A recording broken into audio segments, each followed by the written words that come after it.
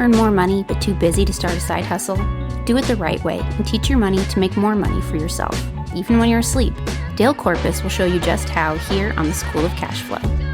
With his entrepreneurial mindset and extensive experience in real estate and finance, Dale will help you become a responsible, strategic, and passionate passive real estate investor. Learn how you can increase your earnings or find more ways to make money, only here on the School of Cash Flow.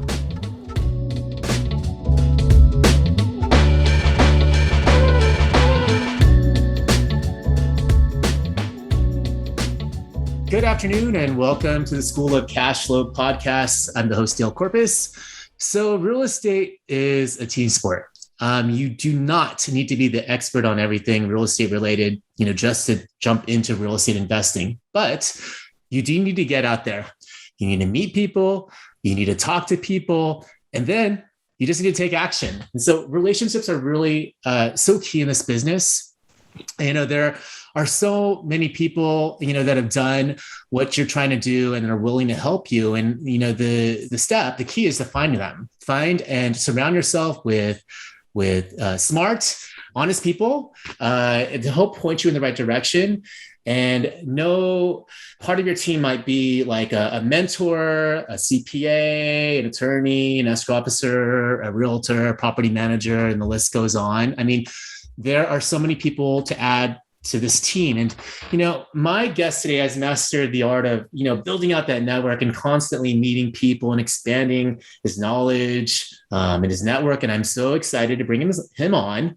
Bobby Sharma is my guest today. He's built out a real estate meetup group to over 5,000 members. And he's also has over 6,400 members in his Facebook group. A little bit more about Bobby is that he was formerly in the tech field in Silicon Valley and is now focused on private money lending, helping people invest for cash flowing assets, mentoring a handful of members, and focusing on syndication real estate. In April 2019, Bobby retired from his tech job to focus on investing in real estate full-time and providing high quality real estate and financial literacy focused on education. So without further ado, welcome Bobby to the show. How are you? Oh, hey, good morning, Dale. A pleasure to be here. Pleasure to see you. We obviously met in person, but now in COVID times, it's good to see you online. Let's talk about that meeting. I know that you're the meetup god in the B space. Like when I first met you, I know we met through a common private money friend that we have, through Max. And it's kind of funny. It's like that I didn't expect that you'd be at his house, but I was there to say hi to him. And then there you were there. And I think your name, it just, your reputation precedes you because I already knew who you were. You're I felt like you were a celebrity. And I meant to say that to you as I didn't get to take a selfie with you that day.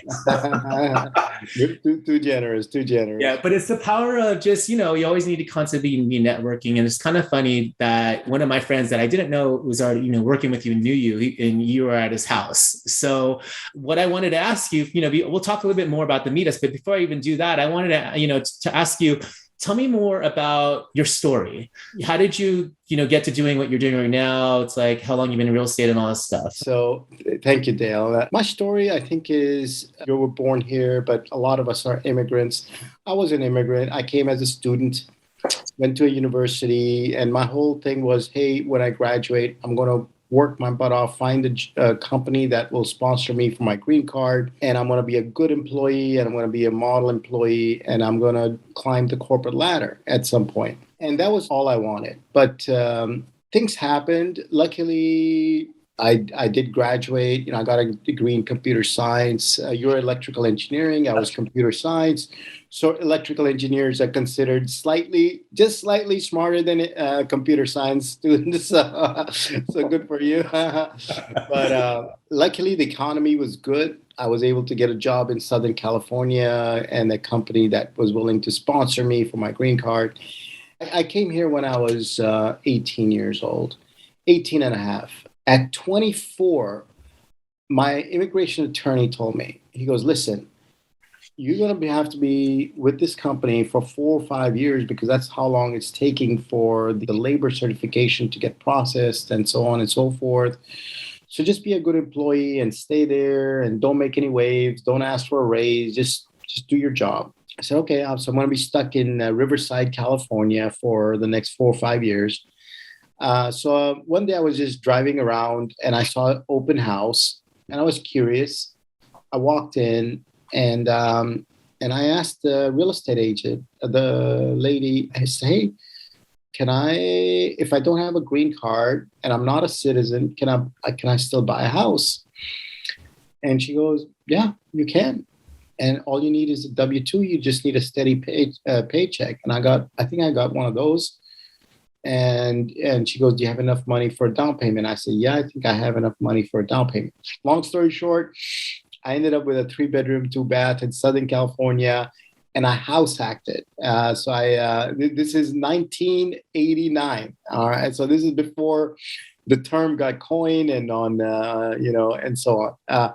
So I got 2 roommates. I put an ad in the Riverside Press Enterprise, and sure enough, the phone rang, and I got 2 great roommates, and they paid not for the whole PITI, the principal interest, taxes, and insurance, but they paid for maybe 80 to 85% of the PITI. So I was living almost for free. So my goal was very modest. How do I keep my living expenses down and build some security? And so the way I was going to do that was through house hacking. And that worked for a while, it worked. And then anyway, my job got transferred to Northern California. I ended up buying a place in Fremont, and I've been in Silicon Valley now for 30 plus years. So, but then the mistake I made was I didn't continue to invest in real estate. And I got married, got into just living the normal suburban life and work and so on. But adversity in 2005 and 2005, I went through a very nasty divorce. I lost almost, I don't want to say everything, but I lost a lot. And I got stuck with for 7 years. I got stuck with an alimony payment. We didn't have any kids, so there was no child support, but I got stuck with a pretty nasty alimony payment. So one day I was kind of reflecting on, how do I make up the difference? I'm paying $4,000 a month in alimony. I just lost everything. I lost my house. Basically, I lost at 39. My net worth was the same as when I was 29. I remember that. Okay. And then, so I'm like, how do I make up for this? So I started building real estate websites for real estate agents and brokers. And then one broker asked me to develop a custom website for him. And so I was doing this part-time as a side hustle to make up for all the losses from the divorce. But I got a break in 2010, just caught a break, bought an REO in San Jose, and then bought another one in Oakland. And a Victorian near Lake Merritt for $183,000. Wow. To this day, I regret ever selling. We always regret selling those properties. Yeah. Right? So that's one of my biggest regrets. It was a beautiful Victorian near Lake Merritt, about half a mile from there. And anyway, so I got back into real estate. I kept my W-2, kept hustling on real estate on the side, and then as built out my meetup because I was living in Emeryville and I got tired of driving to San Francisco and San Jose to go to the meetups. And I'm like, there's no good meetups in Oakland, Emeryville area, Berkeley area. So I'm going to start one. But fortunately, that meetup has now become one of the largest. And, before COVID, we were super active. We used to pack the room. We were meeting in 4 places. We had a tremendous amount of positive energy, just some great friendships. And that's where I met our common friend. And, that was 7.5 years ago. To this day, we're doing deals together. So we met him at my meetup in San Leandro. And, yeah. And by the way, there's other people that I met that I'm still doing deals with. And I go to other people's meetups as well. And, so it's not just about my meetup. It's about networking. And it's about networking with a purpose, not a malicious purpose, not to take advantage of somebody, but a purpose to build lifelong friendships and business partnerships. That's been my purpose. And that's what, if you're a good networker, it should be everybody's purpose, is not just be transactional, but be relationship focused.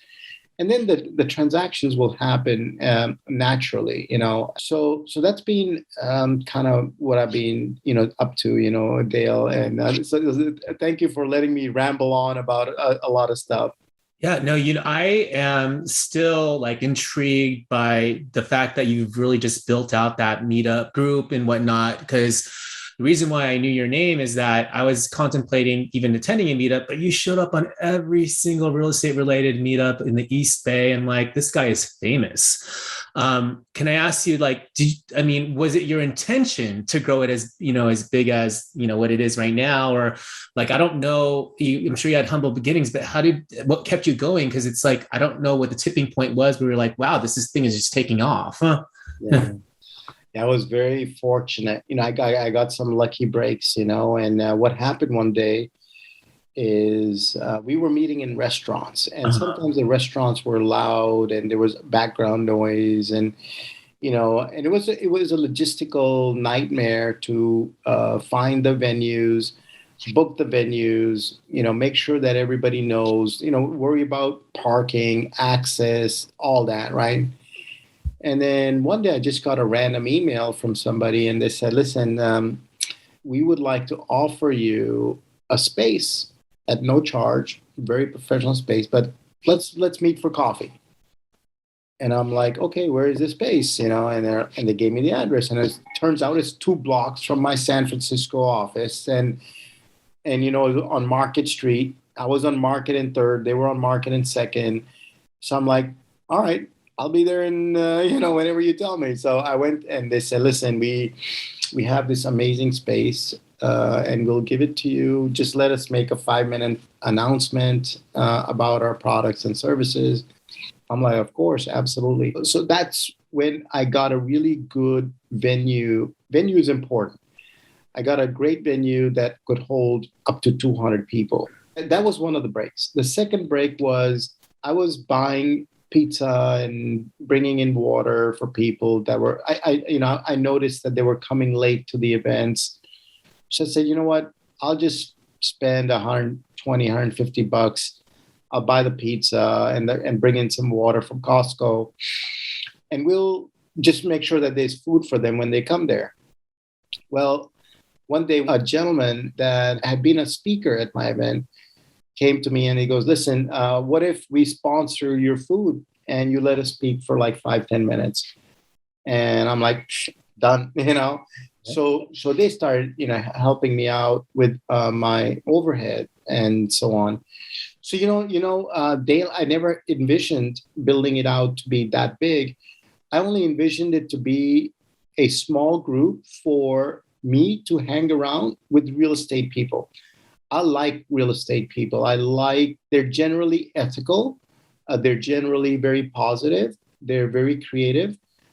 They're very motivated. They care about their family and their future. So I had read somewhere that you need to surround yourself with positive, good people.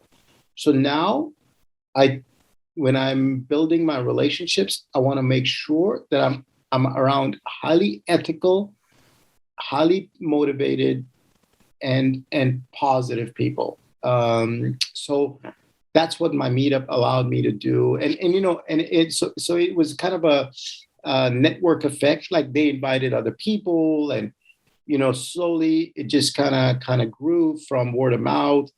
And the other thing, Dale, I love what you're doing with your podcast.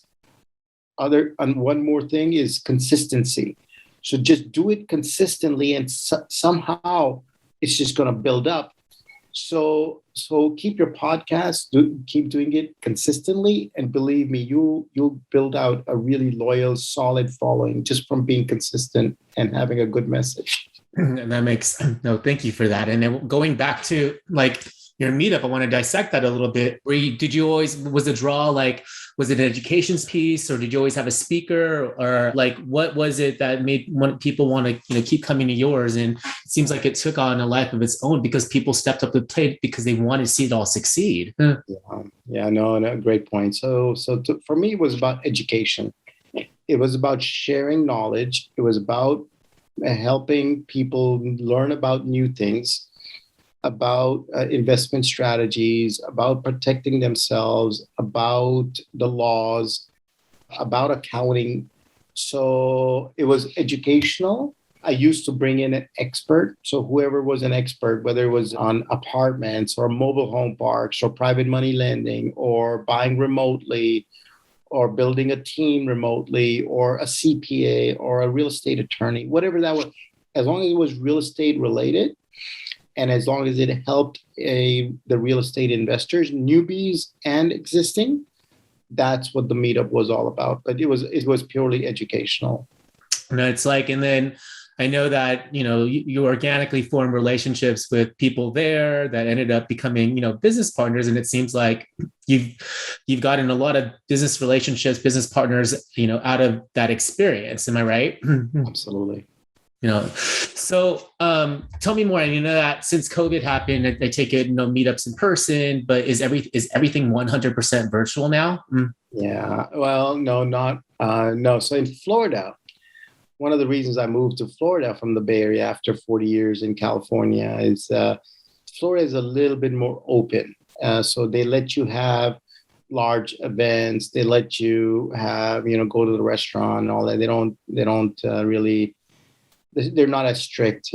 So I came here and I experimented with opening up my own meetup here in South Florida. And fortunately, I built it up and we have about 180 members now. And it grows every few days. I see new people joining and we meet in person. We just did an event 3 weeks ago, exactly 3 weeks ago, Friday, Saturday, Sunday. We did a 3-day event and we had 50 paid attendees. This time we did a 3-day event, so we were going to charge for it. It was in a hotel. So we had some overhead. So we just wanted to cover our overhead. So we did a paid event and we had, about 60, 70 people show up. Great networking. In fact, out of that meetup or that event, I now have 2 friends that I'm going to probably do deals with. So yeah, but that's what I do. I'm a community organizer for real estate. That's what I consider myself. That's amazing. And is like in terms of people finding your meetup, how do people even find your meetup? Yeah, they're, if they just go to meetup.com or they go and Google real estate meetups or real estate events, they can find me or they can find other events as well. So it's not just all about me, but I don't post a lot on social media. I need to maybe do a little bit more, but I do announce my events on social media. I have a database now, so I have a fairly large database of attendees and so on and so forth. So I market to them. But yeah, it's mainly just word of mouth and Google searches and so on. But in the Bay Area, fortunately, it was on autopilot. That really got disrupted, but my plan is to restart the meetups in the Bay Area in January. I'm probably going to, instead of doing it every month, it's going to be every other month. I'll just fly in for like 3-4 days and do the events, and look, everybody's invited. Everybody's there to network.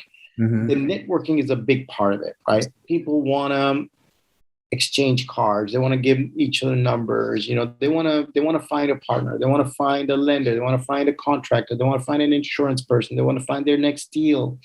So that's where it happens, so. Can I ask you, what's the chatter happening in your meetup groups right now? Like any, trending topics in real estate that people are, asking about? Yeah. Well, the biggest one is, of course, Zillow getting out of the flipping business, which is not a big surprise. I mean, they were overpaying for those properties, so some sellers got lucky and they got a Zillow as a buyer. So that's kind of a very active topic. The other is just about 1031s. Investing out of state is a big topic. But real estate in the Bay Area hasn't slowed down. So there's still deals out in the Bay Area that are just phenomenal. The numbers are bigger, the profits are bigger.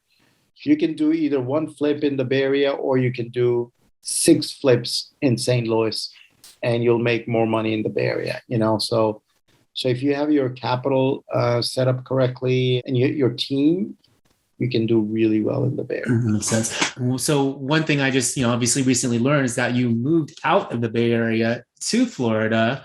I wanted to chat about that a little bit. I mean, I was born and raised in the Bay, and I don't think I'm ever going to leave, but it's just, you've been here in the Bay Area for a long time too, and you left to Florida. Was that for tax reasons? Was something else? Or tell me more.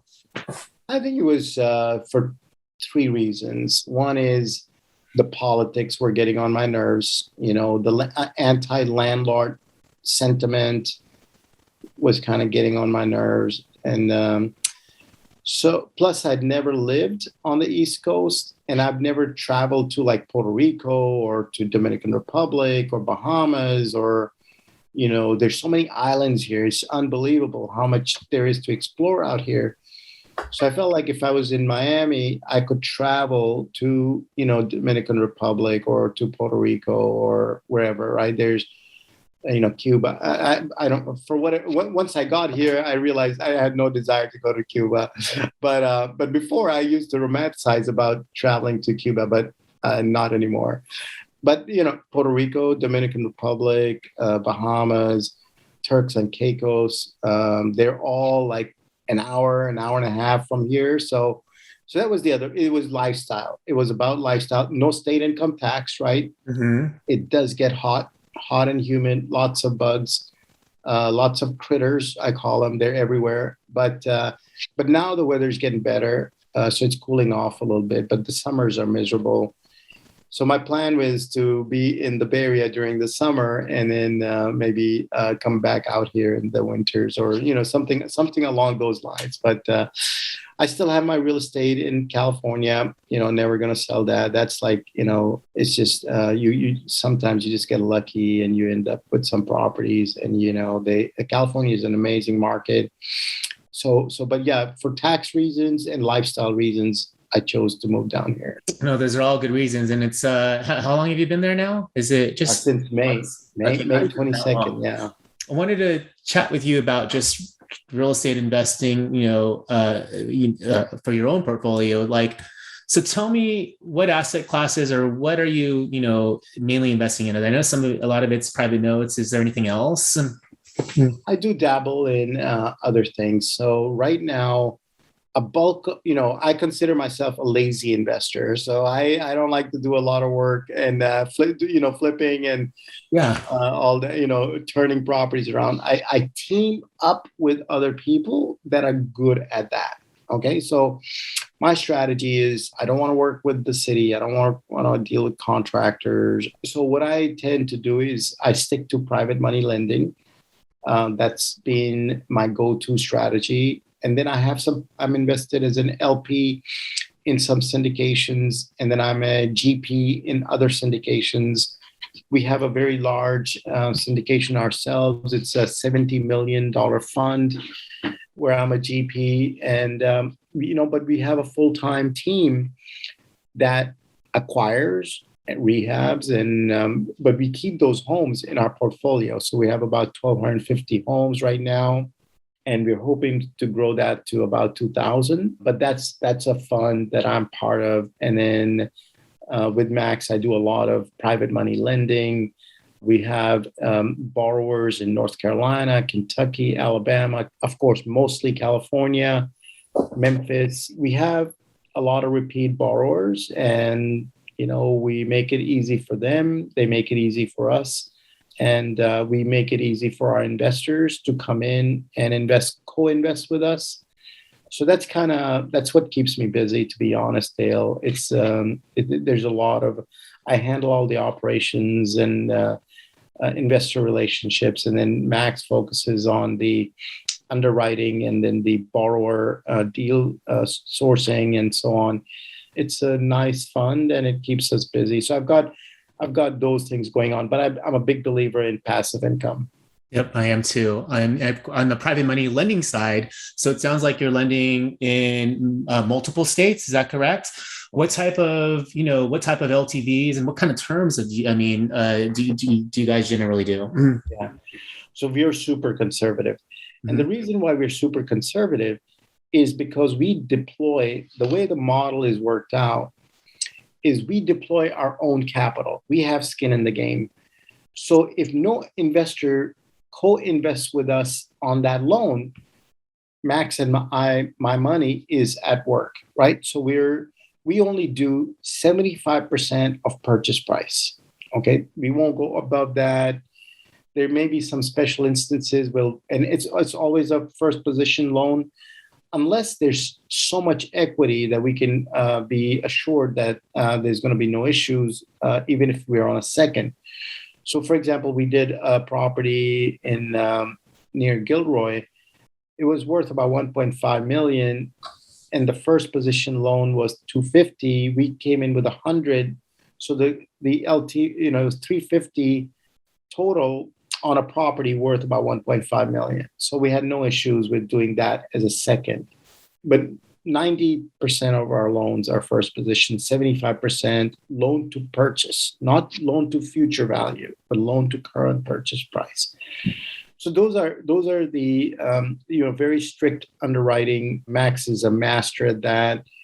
I leave all that up to him, paperwork wise, and so on. And then I focus on working with investors, on the operations, on the marketing. So yeah, between all that, it's pretty busy. But unlike others, like hard money brokers, we got skin in the game.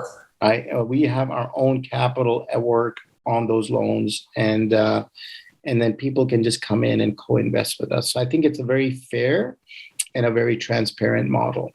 Yeah, I like it. In terms of residential versus commercial real estate, are you mainly just heavily invested in residential, or is a good portion of it commercial? Yeah, no, I've got some apartments. I'm invested in 2 apartment complexes in Minneapolis, Kansas City, El Paso, and then a small town called McAllen, Texas. So yeah, I've got apartments there.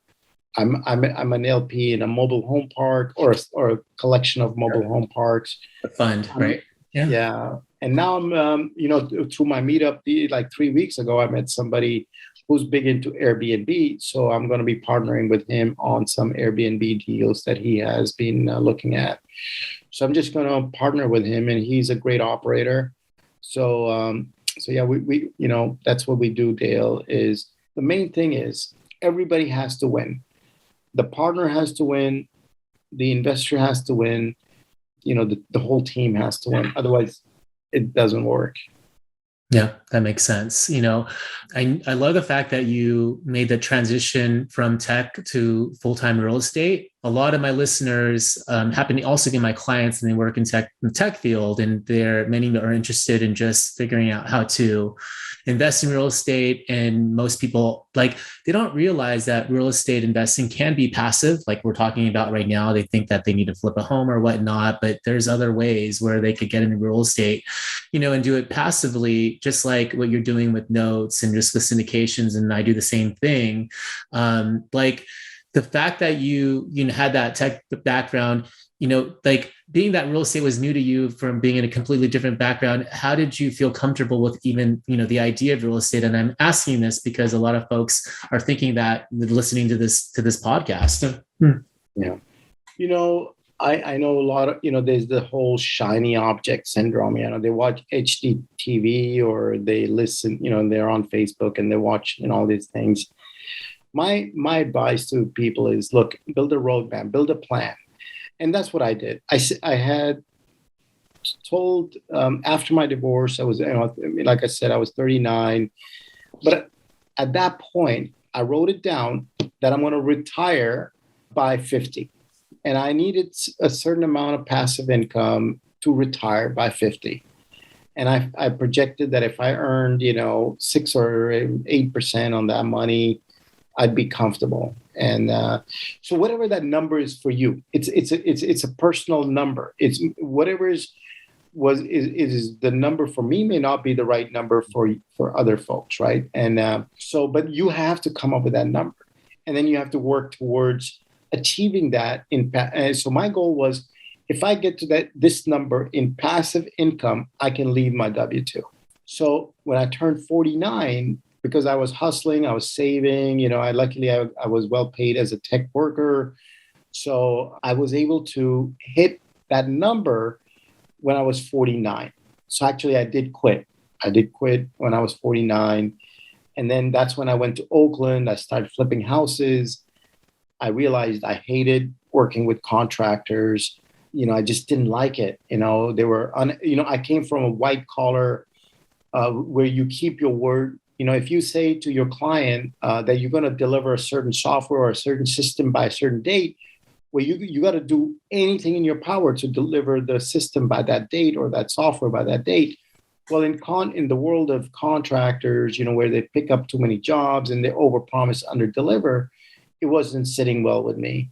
So I said, listen, instead of me trying to be a partner with you, how about I just lend you the money and you go do your thing? I'll provide you the capital, but I need a fixed return. I need a lien. And actually, Max helped me out quite a bit with the paperwork the first few times I did it. And then, it just got on a roll. But to your listeners and your viewers, if you're in tech, come up with a plan. How many rental properties, how many real estate assets do you need to own to be able to generate the kind of passive income you need to live the lifestyle that you want? So I call it playing offense and playing defense. Play offense is investing properly, investing with the right team, investing with the right due diligence, but it's passive. And then playing defense is things like, can I get a promotion and a raise at my job? I want to keep my job. By the way, I loved my tech jobs. I always loved my colleagues, my managers, my companies. I never hated going to work. There were some days that were tough, of course, but they're that way in real estate as well. When you have to evict somebody and all that, that's not fun. So what I did was I kept a map or an Excel spreadsheet of where I needed to be to hit my number. And Dale, you're so young and successful, but you're highly motivated. So you probably already have a number.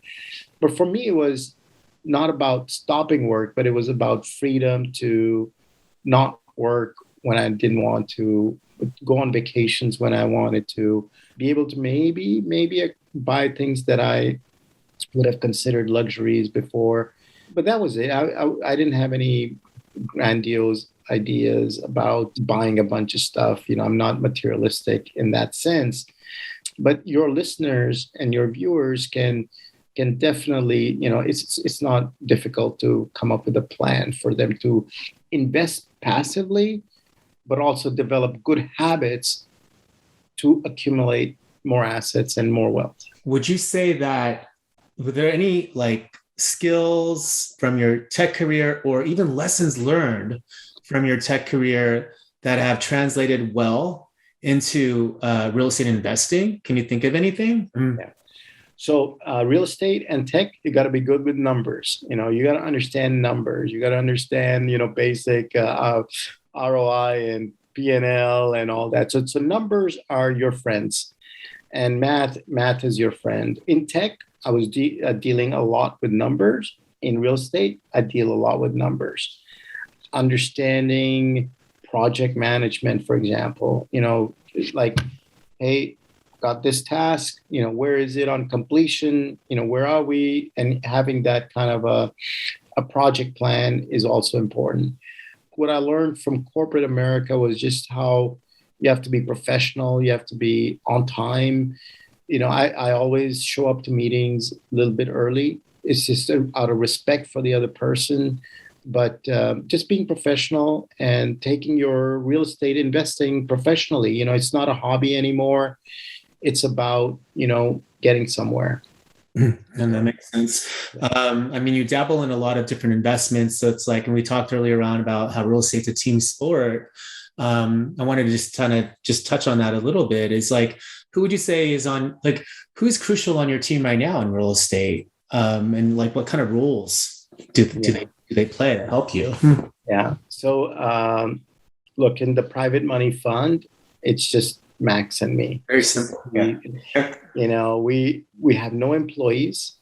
We have no VAs. We have almost zero overhead, but we run a really nice, clean business 3 hours apart.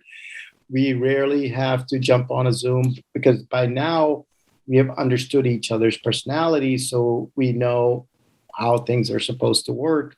So that's going well. I have other ventures as well, and it's all about. I'm good on the strategy on one of my ventures. It's a prop tech startup. I'm good on the strategy and the direction of the product. Partner is really good with technology, so I can give him. I just have to describe something to him, and he can run with it. So we have a really good chemistry there. It's about staying in your lane. Mm-hmm. I'm good at raising capital. My partners are good at operations.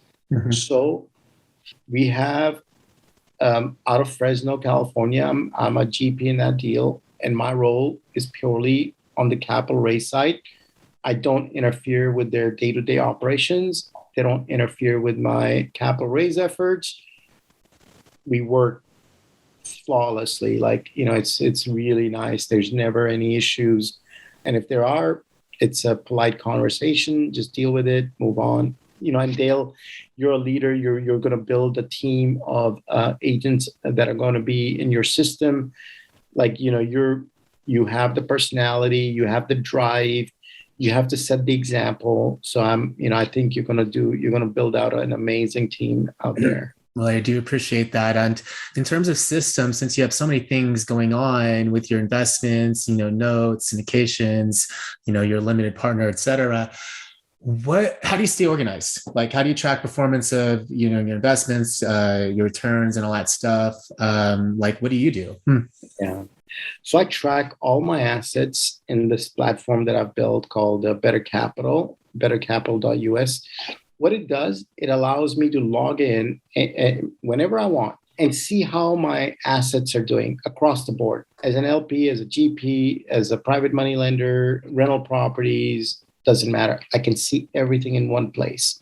That's my dashboard. That's what I call my flight deck or my executive dashboard. So, for example, I picked up a property recently in Florida, about 15 miles from here, and all the data is going in there. So whenever something happens to that property, like a lease gets signed, I make a purchase, it's all in there.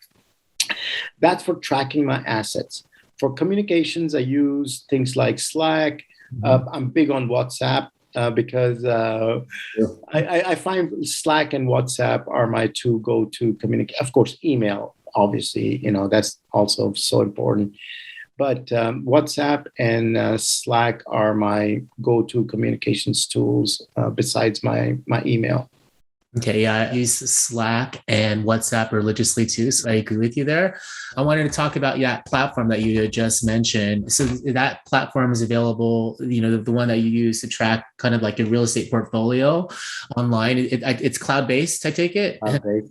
So is it accessible to pretty much anybody? Yeah, it's free. It's free to use. It's called bettercapital.us. And what we've done is we've taken things like QuickBooks, your CRM, your Google Drive, your bank account information. And so you get a 360 view of what your assets are doing financially, how they're doing financially, all in one place. And, maybe, Dale, when you have a slot to fill in on one of your podcasts, we can talk about Better Capital. Let's say one of your guests is not able to make it or something. But yeah, I'd love to. Is it a subscription service? Is it a free service? Tell me about that. It's a freemium. So it starts out free, but if you need help with like bookkeeping and VA and more storage or Google integration or bank integration, then it's simply $30 a month. Okay, I got it. I have some final questions for you. So what are you excited for, in your business, even right now? Anything you're looking forward to even next year? Yeah, I think we're fortunate, we're hopefully coming out of COVID. So I'm excited about real estate in general. I don't see a big crash. I see a lot of exuberance, but hopefully, there's $9 trillion worth of money that got printed. So that's got to work through the system. So I think a lot of it's going to go into real estate, crypto, and then, stock market. So I don't see a correction. There could be a black swan event that could cause problems. But, as far as like looking in the crystal ball, I don't see any major issues. People want to go back to work. There's plenty of jobs available. But yeah, I'm overall, I'm very excited about real estate and about the future of real estate investors, and I think, for what you're doing, people are always going to need the help of a good agent. I still buy through agents and good agents that understand investors. Right.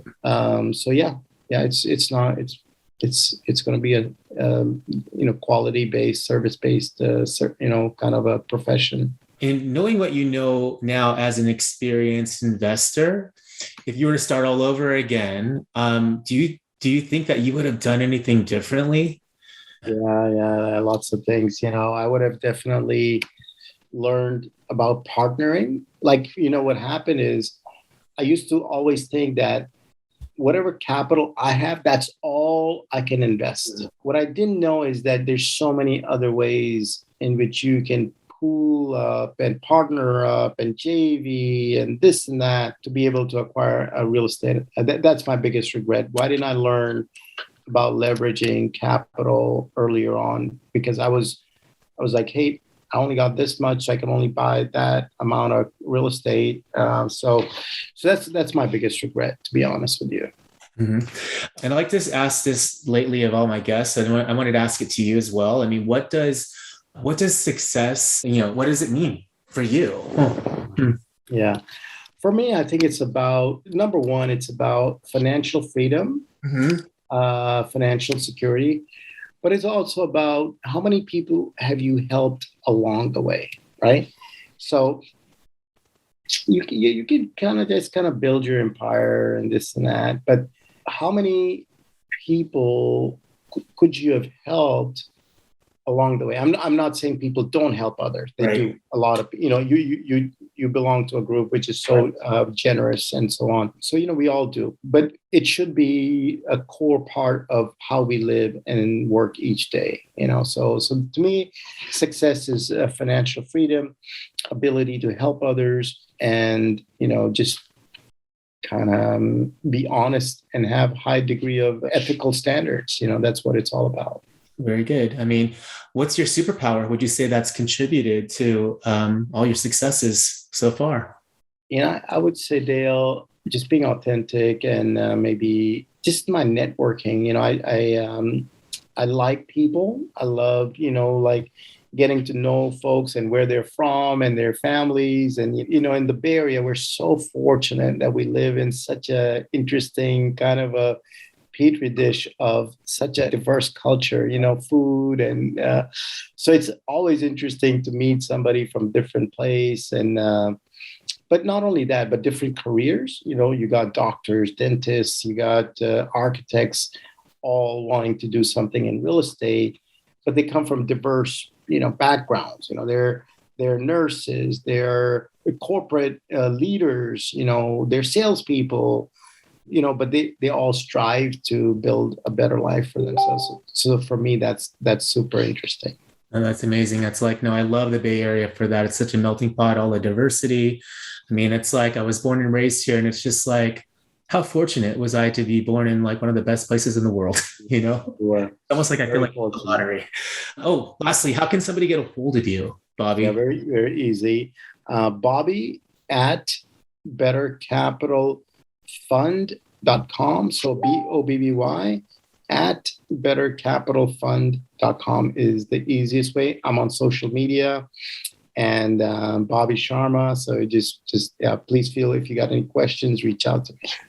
Amazing. All right. Well, thank you so much. Well, that's all the time that we have for today. Again, Bobby, thanks for joining me on this episode. I enjoy this time to, number one, get to know you better and just learn more things. I mean, your knowledge. Likewise. And likewise. And keep up the good work and keep posting. And I want to see you on the paddleboard. And Bobby, I know you follow me on social media, so you know what I'm doing on every second. Exactly. All right. So definitely appreciate your positivity as well. Just like I love to surround myself with positive people, and you're definitely one of them. And to my listeners, thanks again for checking out another episode of the School of Cash Flow. And remember to leave a podcast review on iTunes, as it helps me attract even more great guests, just like Bobby. So until next time, live life abundantly.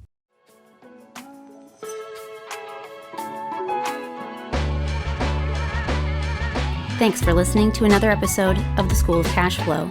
We hope you enjoyed our deep dive into all the tips and tricks you can use to help you on your passive investing journey. In the meantime, you may visit www.cashflowschoolpodcast.com for more great episodes. Don't forget to subscribe, rate, review, and share. That's all for this episode, folks. See you next time.